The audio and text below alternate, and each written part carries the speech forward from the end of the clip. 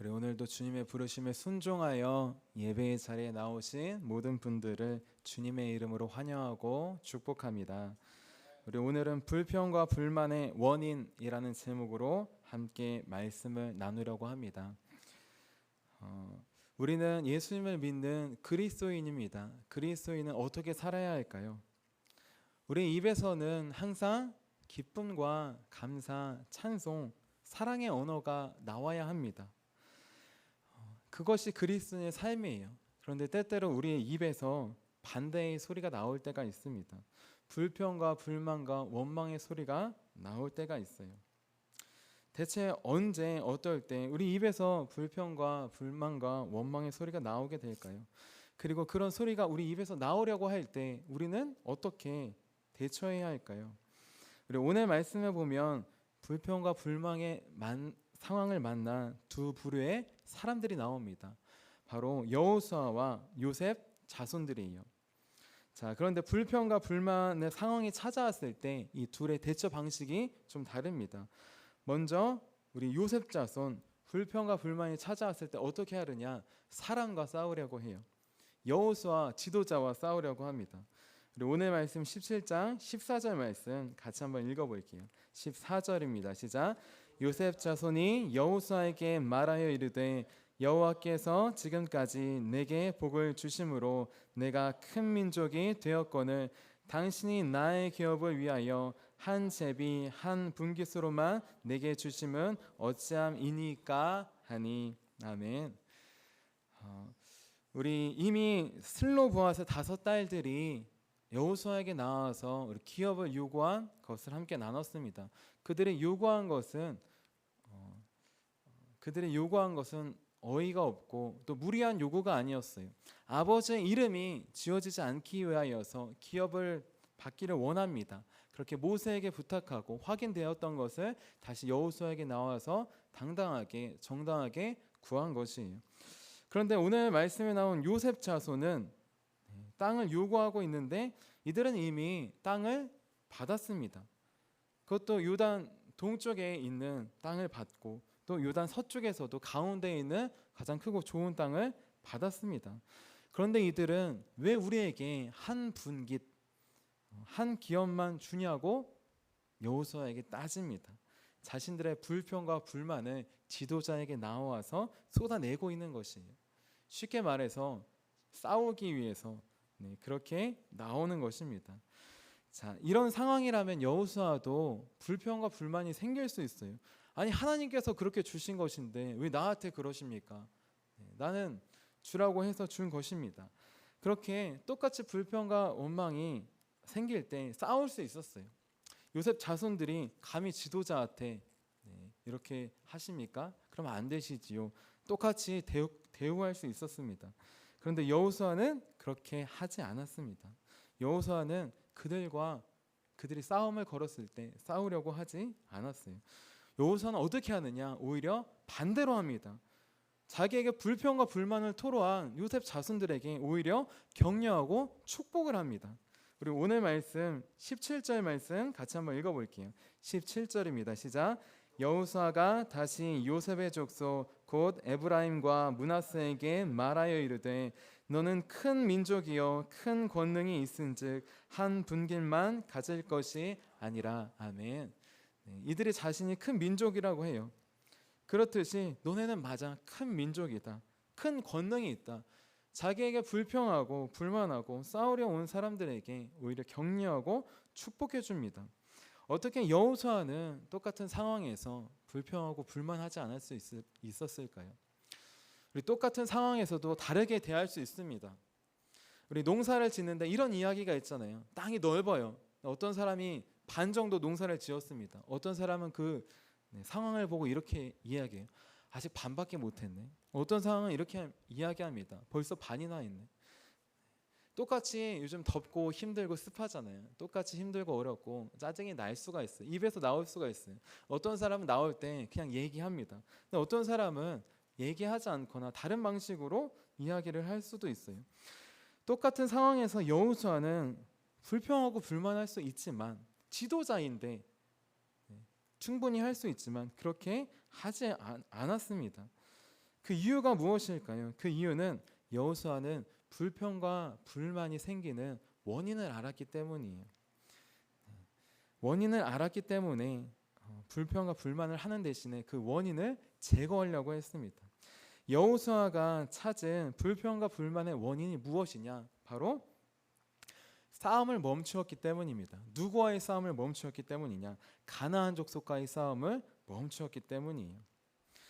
자, 아더 핑크가 쓴 책 여호수아 강해에서 보면 우리 요셉 족속에게 불평과 불만이 생긴 원인에 대해서 그가 설명합니다. 똑같이 우리 그리스도인들에게도 똑같이 불평과 불만이 생길 때가 있잖아요. 그 이유에 대해서 설명하고 있어요. 그 이유는 무엇이냐? 마땅히 싸워야 될 싸움을 중단했기 때문입니다. 마땅히 싸워야 될 싸움을 지금 요셉 족속은 중단했어요. 그 싸움은 무엇이냐? 같은 족속과의 싸움이 아니에요. 같은 민족과의 싸움이 아니에요. 지도자와의 싸움이 아니에요. 동료들과의 싸움이 아니에요. 그 싸움은 무슨 싸움일까요? 가나안 족속과의 싸움입니다. 요셉 족속은 지금 가나안 족속과의 싸움을 중단했어요. 아직 다 점령하지 않은 그 싸움을 중단했습니다. 자, 그러자 어떻게 되느냐? 가나안 족속과 싸움을 멈추니까 같은 족속과 싸우게 되는 것이 가장 사랑하고 가장 섬겨줘야 될 가족과 동료와 친척과 싸우게 되는 것입니다. 그들에게 불평과 불만을 쏟아놓게 되는 것이에요. 우리는 하나님 나라에 들어가는 그날까지 가나안 족속과의 싸움을 멈추지 말아야 합니다. 우리가 싸워야 할 대상은 가장 가까운 사람이 가족이 아니에요. 우리 안에 있는 천국을 잃어버리게 만드는 가나안 족속입니다. 만약 우리가 요셉 자손들처럼 힘들어요, 어려워요, 피곤해요, 가나안 정복 전쟁 오래 했잖아요, 이제 좀 쉬고 싶어요 라고 하면서 쉬면 어떻게 되느냐? 여지없이 우리는 싸우지 말아야 될 사람들과 싸우게 되는 것이에요. 함께 하나님 나라를 세워가야 될 믿음의 동료들과 싸우게 되는 것입니다. 가나안 족속과의 싸움은 단순히 그냥 나라와의 싸움이 아니에요. 이것은 영적 싸움입니다. 왜냐하면 고대의 전쟁은 사람과 사람의 싸움이 아니기 때문이에요. 나라와 나라의 싸움이 아니기 때문이에요. 고대의 싸움은 무슨 싸움이냐? 신과 신의 대결입니다. 하나님과 우상과의 대결인 것이에요. 자, 그렇게 가나안 족속과의 싸움은 나라의 싸움이 아니라 민족의 싸움을 넘어서 우상과의 싸움입니다. 그렇게 우리는 이 영적 싸움을 멈추지 말아야 합니다. 이 선한 싸움을 멈추지 말아야 합니다. 이 싸움을 멈추게 될 때 우리는 요셉 족속과 똑같이 될 것이에요. 오늘 말씀에 나온 요셉 족속과 똑같이 될 것입니다. 섬겨야 될, 사랑해야 될 지도자에게 찾아가서 싸우게 될 것이에요. 불평과 불만을 늘어놓게 될 것입니다. 중요한 것, 우리가 불평과 불만에 빠질 수 있어요. 그 목소리가 나올 수 있습니다. 중요한 것, 영적 전투를 멈췄을 때 이런 불평과 불만이 소리가 나오게 되는데 그때 중요한 세 가지 특징이 나옵니다. 우리 오늘 요셉 족속의 특징을 보면서 이 불평과 불만이 나오는 특징을 함께 알아보기 원합니다. 나는 지금 이 특징 중에 한 가지라도 있지 않은지 돌아보면서 이 싸움에서 영적 싸움을 싸울 수 있도록 그 길로 나아가기 원합니다. 우리 첫 번째로 영적 싸움을 멈춘 자에게 어떤 특징이 나타날까요? 바로 교만함이 나타납니다. 우리 오늘 말씀 17장 14절 다시 한번 읽어볼게요. 14절입니다. 시작. 요셉 자손이 여호수아에게 말하여 이르되 여호와께서 지금까지 내게 복을 주심으로 내가 큰 민족이 되었거늘 당신이 나의 기업을 위하여 한 제비 한 분깃만으로만 내게 주심은 어찌함이니까 하니. 아멘. 자, 요셉 자손은 우리 아시다시피 에브라임과 므낫세 지파를 말합니다. 자, 이들은 설명드렸다시피 이미 좋은 땅들을 많이 받았어요. 자, 그런데도 불구하고 더 땅을 요구합니다. 지금 이들의 모습을 보면 이들이 요셉 자손이에요. 요셉이 우리 조상이라고 고백하고 있습니다. 그런데 이들의 모습은 조상 요셉과는 다릅니다. 요셉은 누구입니까? 형제들에게 억울하게 그렇게 팔려서 지금 13년 동안 우리 이집트에서 온갖 고생을 하고 하나님께서 총리로 세워주셔서 이집트 땅을 다스리는 사람이 된 사람이에요. 자, 그러면 형제들에게 어떻게 할 수 있을까요? 하나님께서 보여주신 꿈처럼 형제들을 다스릴 수 있습니다. 자기의 휘하에 두고 임의로 할 수 있어요. 하지만 요셉은 하나님께서 주신 권위를 섬기는 데 사용했어요. 나를 남보다 높이는 것이 아니라 낮추는 데 사용했습니다. 섬기는 데 사용했습니다.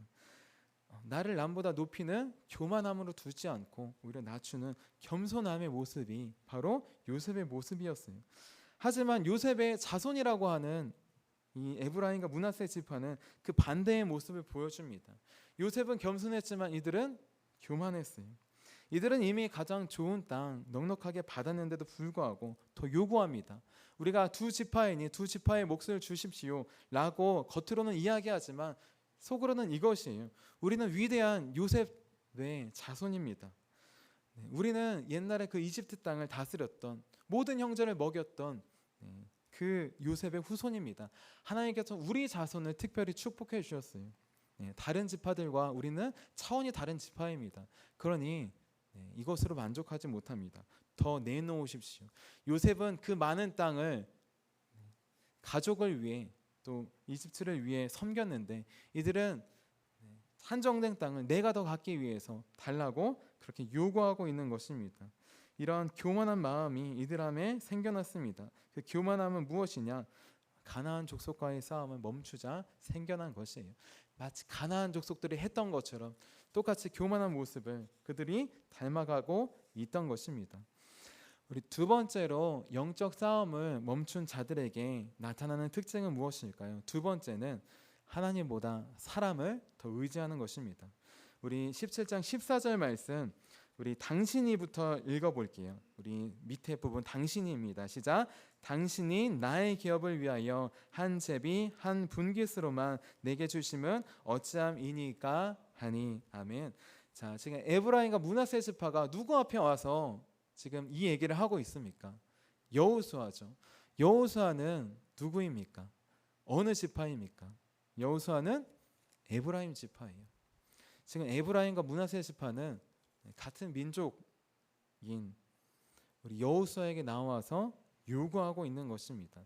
그렇기 때문에 오늘 말씀에 나온 당신이 나의 기업을 위하여 나왔는데 이 당신이를 이렇게 바꿔 볼 수 있어요. 다른 사람도 아니고 여호수아 당신이, 다른 사람도 아니고 우리 족속의 지도자였던 당신이 우리에게 이렇게 해주시면 어떡합니까? 우리에게 한 분깃만 주시면 어떡합니까? 같은 족속인데 더 주세요. 자, 지금 여호수아는 이스라엘 전체의 지도자가 되기 전에 에브라임 지파의 지도자였어요. 그래서 에브라임 지파는 므낫세 지파는 이 점을 이용하려고 합니다. 우리 같은 족속이잖아요. 우리의 지도자였잖아요. 우리 족속 특별히 대우해 주세요. 그렇게 지금 같은 민족인 여호수아에게 당신이 이렇게 대우하면 어떻게 합니까? 라고 이야기하고 있는 것입니다. 모든 문제의 시작은 어디서 시작될까요? 모든 문제의 시작은 공과 사의 경계가 허물어질 때 시작됩니다. 모든 문제의 시작은 원칙이 흔들릴 때 시작돼요. 모든 비리의 시작이 언제 시작되는지 알고 있잖아요. 학연, 지연, 혈연 등 가장 가까운 관계에게만 특별 법칙을 적용해서 나아갈 때 원칙이 흔들리고 비리가 시작되고 문제가 시작되는 것이에요. 자, 요셉 자손들 같은 지파였고 우리의 지도자였으니까 뭐 좀 다르겠지, 뭐 좀 더 해주겠지, 그런 식으로 사람을 더 의지했습니다. 자, 사람을 더 의지했을 때 이들은 자기들의 요구대로 되지 않자 불평과 불만이 나올 수밖에 없었던 것이에요. 자, 그런데 사람을 의지하지 않고 하나님을 더 의지한 사람이 있습니다. 바로 갈렙이에요. 아시다시피 갈렙은 여호수아와 함께 유일하게 출애굽 1세대로 가나안 땅에 들어왔습니다. 여호수아는 둘도 없는 동료이자 친구예요. 목숨을 내놓아도 아깝지 않아요. 근데 갈렙은 여호수아에게 그 의리를 의지해서 땅을 부탁하지 않습니다. 갈렙은 오직 하나님만을 의지해서 땅을 요구합니다. 하나님의 약속의 말씀 하나만을 의지해서 요구합니다. 그리고 그 땅 정복도 가장 어려운 땅이었던 헤브론이지만 하나님의 믿음으로 정복합니다. 이렇게 하나님께서 주신 땅 정복하는 우리 갈렙의 모습과 하나님이 아니라 사람을 더 의지하려고 하는 요셉 자손들의 모습, 바로 차이가 있습니다. 갈렙은 그 땅을 정복하기까지 멈추지 않았지만 정복을 멈추었을 때 편한 사람 의지합시다. 눈에 보이는 사람 의지합시다. 그 길로 요셉 족속은 나아갔던 것입니다. 우리 마지막으로 영적 싸움을 멈춘 자들에게 나타나는 특징은 무엇일까요? 바로 일을 쉽게 하려는 나태함이 나타납니다. 우리 16절 말씀 같이 한번 읽어보도록 할게요. 16절입니다. 시작. 요셉 자손이 이르되 그 산지는 우리에게 넉넉하지도 못하고 골짜기 땅에 거주하는 모든 가나안 족속에게는 베스안과 그 마을들에 거주하는 자이든지 이스라엘 골짜기에 거주하는 자이든지 다 철병거가 있나이다 하니. 아멘. 자, 지금 에브라임과 므낫세 지파가 땅이 부족해서 더 달라고 요구하는 게 아니에요. 그들은 이미 넉넉하게 땅을 받았습니다. 그들은 이미 넉넉하게 땅을 받았어요. 오히려 같은 인구로 따지면 비슷한 단 지파와 이사갈 지파는 나중에 에브라임보다 훨씬 더 조그만 땅을 받습니다. 므낫세는 이미 동쪽에서 많이 받았고 그리고 서쪽에서도 가장 중간에 있는 좋은 땅을 많이 받았어요. 에브라임은 상대적으로 적어 보이지만 그래도 가장 좋고 많은 땅을 받았습니다. 그런데 나중에 보게 된 이사갈과 단 지파는 그 주변에 있는데 더 조그매요. 인구는 비슷합니다. 지금 에브라임과 므낫세 지파가 절대 땅이 부족하기 때문에 기업을 더 달라고 요구하는 게 아니에요. 이들이 여호수아에게 기업을 더 달라고 요구하는 이유는 일을 쉽게 하기 위함입니다. 나태함이 찾아왔기 때문이에요. 하나님의 일을 쉽게 하려고 하는 나태함이 그들 안에 퍼져 있기 때문입니다. 하나님은 하나님의 일을 충성되게 하는 자에게 기업을 주십니다. 그 충성되게 한다는 것은 무엇이냐? 내 열심으로만 한다는 게 아니에요. 우리 충성 단어 우리 많이 들어서 아셨겠지만 피스티스 믿음이라는 뜻이 있어요. 충성되게 한다는 건 믿음으로 한다는 것이 처음부터 끝까지 내 힘을 의지한다는 게 아니라 하나님만을 믿음으로 한다는 것입니다. 그리고 그 믿음을 의지하여서 하나님께서 주신 힘과 능력으로 끝까지 포기하지 않고 나아간다는 것이에요. 이 하나님을 향한 믿음과 또 내게 주신 힘과 능력으로 나아가는 것 함께 갈 때 가나안 족속을 정복할 수 있는 것입니다. 그 길로 나아가야 되는 것이 요셉 자손이 해야 될 일이에요. 하지만 이들은 그렇게 하기 싫었어요. 하나님의 방법대로 하기가 너무 힘들어 보였습니다. 가나안 정복 전쟁을 거치면서 그 길이 결코 쉽지 않음을 깨달았습니다. 처음부터 끝까지 믿음으로 하는 것도 쉽지 않고 이제 더 이상 우리의 힘을 능력을 더 이상 쓰고 싶지 않았습니다. 그래서 편한 방법을 생각하려고 합니다. 무엇이냐? 믿음으로 하지 않고 내 생각대로 하는 것이에요. 하나님께서 주신 힘과 능력으로 하지 않고 내 생각대로 하는 것입니다.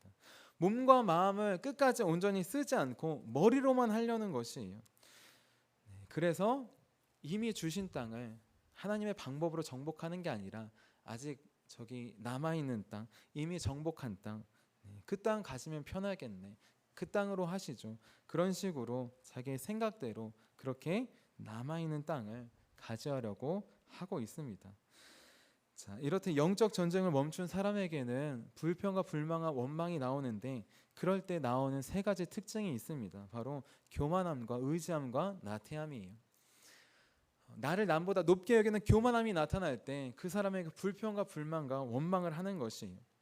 하나님보다 사람을 더 의지할 때, 그 사람을 의지할 때 여호수아처럼 내가 당신을 의지했는데 내 뜻대로 안 되네, 그 사람에게 불평과 불만과 원망이 생기는 것이에요. 하나님의 방법으로 하는 것이 아니라 내 생각대로 하고 싶은데 그 나태함이 찾아왔는데 그대로 되지 않을 때 불평과 원망이 찾아오는 것입니다.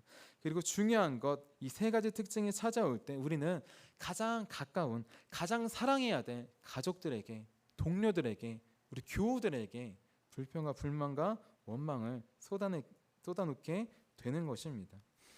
여호수아는 이 사실을 너무나 잘 알고 있었어요. 그래서 같은 족속이 그렇게 원망을 쏟아낼 때 똑같이 하지 않았습니다. 오히려 그들을 아끼고 사랑하는 마음으로 그들에게 진짜 싸워야 될 대상에 대해서 다시 가르쳐줍니다. 가르쳐주고 다시 가르쳐줍니다. 진짜 싸워야 될 족족 내가 아닙니다. 같은 족속이 아닙니다. 바로 가나안 족속임을 여호수아는 가르쳐 줍니다. 우리 18절 말씀 같이 한번 읽어볼게요. 18절입니다. 시작. 그 산지도 내 것이 되리니 비록 살림이라도 네가 개척하라. 그 끝까지 내 것이 되리라. 가나안 족속이 비록 철병거를 가졌고 강할지라도 네가 능히 그를 쫓아내리라 하였더라. 아멘. 여호수아는 똑같이 불평과 불만과 원망이 쌓여고 할 수 있지만 그렇게 하지 않았습니다. 그 원망의 원인이 무엇인지 알게 그거를 가르쳐 줬어요. 그래서 나와 싸우지 말고 진짜 싸워야 될 대상을 가르쳐 주고 보여주었습니다. 그리고 그 대상과 싸울 수 있도록 다시 격려해 줬어요. 다시 칭찬해 줬어요. 자기를 칭찬하고 좋아하는 사람은 누구나 칭찬하고 좋아할 수 있습니다. 하지만 불평하고 원망하는 사람을 칭찬하고 격려해 줄 수 있는 것은 아무나 할 수 없습니다. 여호수아는 끝까지 가나안과 싸웠던 사람이에요. 끝까지 싸움의 대상을 알았던 사람입니다. 이 싸움이 사람과 나라와 민족과의 싸움을 넘어서 영적 싸움임을 알았습니다. 그랬을 때 불평과 원망이 생겼을 때 사람과 싸우지 않았어요. 그는 기도함으로 영적 대상과 싸웠습니다. 우리 에베소서 6장 12절 말씀이에요. 우리의 씨름은 혈과 육을 상대하는 것이 아니요 통치자들과 권세들과 이 어둠의 세상 주관자들과 하늘에 있는 악의 영들을 상대함이라. 아멘. 자, 우리가 싸워야 될 대상은 눈에 보이는 대상이 아닙니다. 보이지 않는 대상입니다. 우리가 이것을 잊어버릴 때, 싸움을 멈출 때 우리 눈에 보이는 대상을 자꾸 찾아가서 원망하고 불평하고 싸우려고 합니다. 이것이 사단이 원하는 방식이에요. 이것이 사단이 바라는 방식입니다. 우리 안에 하나님의 나라를 더 확장시키는 것이 아니라 오히려 잃어버리게 만드는 것, 그것이 사단의 전략이에요. 자, 어느 부부가 크리스천 부부가 서로 싸웠습니다. 자, 남편이 잘못해서 아내가 단단히 화가 났어요. 그래서 눈도 안 마주치고 말도 안 합니다. 자, 남편에 대한 원망과 불평이 넘치는 것이에요. 남편은 가시방석이에요. 아무리 사과를 해도 아내가 받아주지 않습니다. 하루하루 말도 못하고 사람 취급을 안 하니 서로 너무 힘들고 수척해집니다. 그런데 며칠 뒤에 아내가 갑자기 찾아옵니다. 그리고 갑자기 화해를 요청해요. 갑자기 싸움을 멈추고 이제 다시 화해하자고 합니다. 남편이 어안이 벙벙해서 왜 그러냐고, 갑자기 무슨 일이 있냐고 물어봅니다. 물어보니 아내가 기도를 했다는 것이에요. 자, 기도를 하는데 하나님께서 진짜 싸워야 될 대상을 가르쳐 주셨다는 것이에요. 진짜 싸워야 될 대상, 그 대상은 무엇이냐? 남편이 아니었습니다. 눈에 보이는 사람이 아니었다는 것이에요. 진짜 싸워야 될 대상은 보이지 않는 사탄이었다는 것이에요. 남편과의 사이를 이간질하는, 가정을 파괴하려고 하는 사탄의 모습을 보여주었다고 하는 것입니다. 그래서 다 풀리지 않고 아직 화가 다 불평과 원망이 사그러들진 않았지만 사탄에게 지지 않으려고 화해하자고 했다고 합니다. 사탄에게 이기기 위해서, 영적 싸움에 승리하기 위해서 화해를 요청했다고 하는 것입니다. 나는 지금 누구와 싸우고 있습니까? 누구에게 불평과 불만과 원망을 토해내고 있습니까? 그 상황은 누구든지 생길 수 있어요. 그런데 요셉 자손들처럼 그렇게 사람에게 토해낼지, 아니면 여호수아처럼 그렇게 하지 않고 원인을 찾아내서 진짜 싸워야 될 적을 찾아낼지 우리는 선택할 수 있습니다. 자, 불평과 불만이 생길 때, 그때 언제냐? 우리 안에 교만함이 찾아올 때입니다. 우리 안에 나태함이 찾아올 때입니다. 하나님보다 사람을 더 의지할 때입니다. 그때가 바로 영적 전쟁을 멈췄을 때입니다. 그렇기 때문에 교만함과 사람을 의지함과 나태함이 찾아올 때 반드시 가까운 가족에게부터 불평과 원망을 쏟아낸다는 것을 우리는 기억해야 돼요. 그렇기 때문에 교만과 의지와 나태함이 찾아온다면, 내 모습에 있다면 우리는 내가 영적 싸움을 멈추고 있구나, 진짜 싸워야 될 대상과 싸우지 않고 있구나, 우리는 기억해야 합니다. 여호수아처럼 바라보아야 합니다. 그래야지 우리는 싸움의 대상을 조정하여서 다시 믿음의 싸움을 싸울 수 있습니다.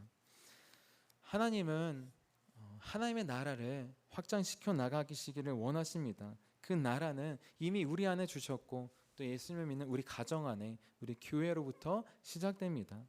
우리가 영적 싸움을 잊어버리고 우리 안에 있는 천국을, 우리 가정과 교회 안에 있는 천국을 무너뜨리려 하는 사단과의 싸움을 멈출 때 우리는 사단에게 속아서 눈에 보이는 사람과 싸울 수밖에 없습니다. 그 모습이 보일 때 우리 여호수아처럼 멈추기 원합니다. 그리고 다시 영적 싸움의 자리로 나아가기 원합니다. 그래서 여호수아 끝까지 사람과 싸우지 않고 우리 영적 싸움을 기억하여서 가나안 땅을 정복할 때까지 나았던 것처럼 우리도 하나님께서 우리에게 주신 천국 가나안 땅이 있습니다. 그 땅을 온전히 차지할 때까지, 그 땅을 모르는 사람들에게 전해줄 때까지 이 영적 싸움을 멈추지 않고 끝까지 나아가는 우리 저와 여러분이 되시기를 주님의 이름으로 축원합니다. 우리 함께 기도하도록 하겠습니다. 살아계신 하나님, 내 입에서 불평과 불만과 원망이 생길 때 하나님, 그때는 여지없이 남보다 나를 높이는 교만함이 내 안에 있을 때입니다. 하나님보다 사람을 더 의지하는 모습이 있을 때입니다. 내 안에 하나님의 방법이 아니라 내 생각으로 일을 하려는, 쉽게 하려는 나태함이 찾아올 때입니다. 그때가 바로 영적 전투를 멈추었을 때임을 좀 기억하게 하여 주시옵소서. 그래서 요셉 족속들처럼 그것이 뭔지 모르고 보이는 사람에게 나아가는 것 아니라 이 여호수아처럼 영적 싸움을 기억하여서 하나님께 기도함으로 나아가는, 우리 진짜 싸워야 될 대상 가나안 족속과 같은 사탄과 싸워 승리하는 우리 모두가 될 수 있도록 도와주시옵소서. 그래서 하나님께서 주신 천국을, 가나안 땅을 지키며 누리며 확장하는 우리 모두와 우리 가정과 교회가 될 수 있도록 좀 도와주시옵소서. 일하실 주님을 기대하며 살아계신 예수님의 이름으로 기도합니다. 아멘.